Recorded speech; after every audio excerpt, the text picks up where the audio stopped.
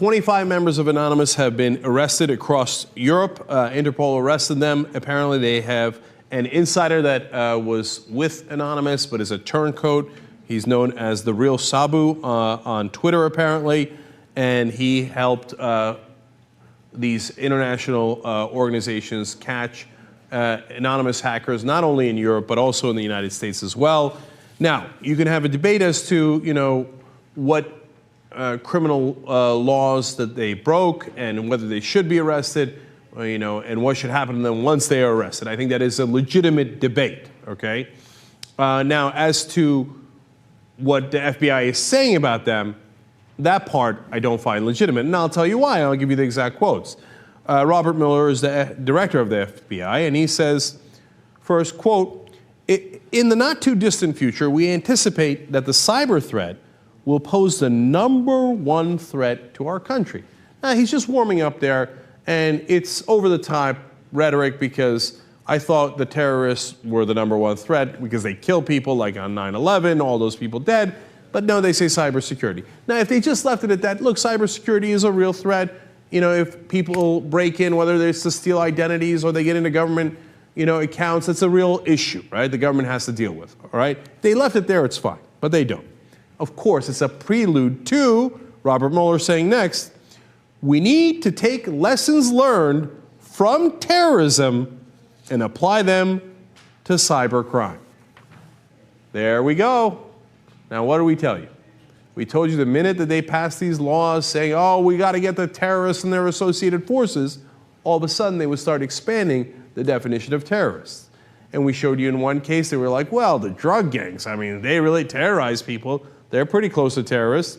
And now apparently cybercrime, virtual crime, not to say that it's not a real crime, but it's online, is apparently the equivalent of terrorism.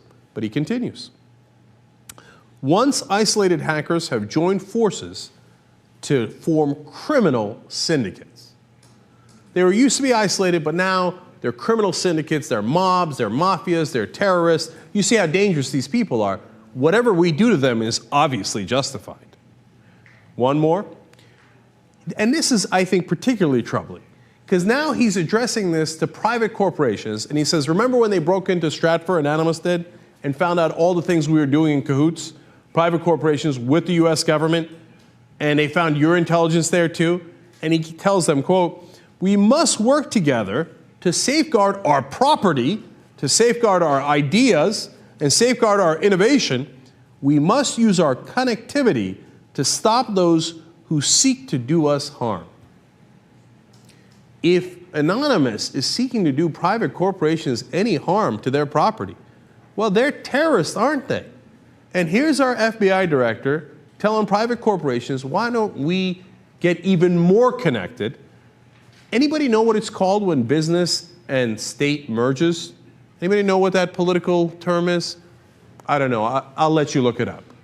And he says, let's get even more connected. And if these hackers, what they call hacktivists, now get into your private corporations and find out any of your information at all, and we think any of your property is damaged, don't worry, we'll call them terrorists and lock them up forever. Fantastic. Anonymous, through their Twitter account, Your Anon News, said, quote, so according to FBI's new logic, hacking a company is worse than an event like 9/11, which resulted in thousands of deaths. Hashtag fear-mongering. That is exactly right, but it's not enough. It's not just fear-mongering for the sake of fear-mongering. It's also done to make sure that they could apply maximum penalty to the people who they find the most guilty. Not the most guilty of committing violent crimes, the most guilty of violating the core part of our government, which is the top secret information that they have and how they work with private business interests to further private business interests.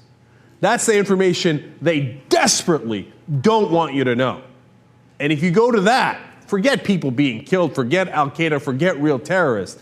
If you go to that core and show people how your government sells you out day in and day out for an extra buck for their friends in those private corporations, well, then you're the terrorist and you got to go away for a long, long time. What's happened to our government is a travesty.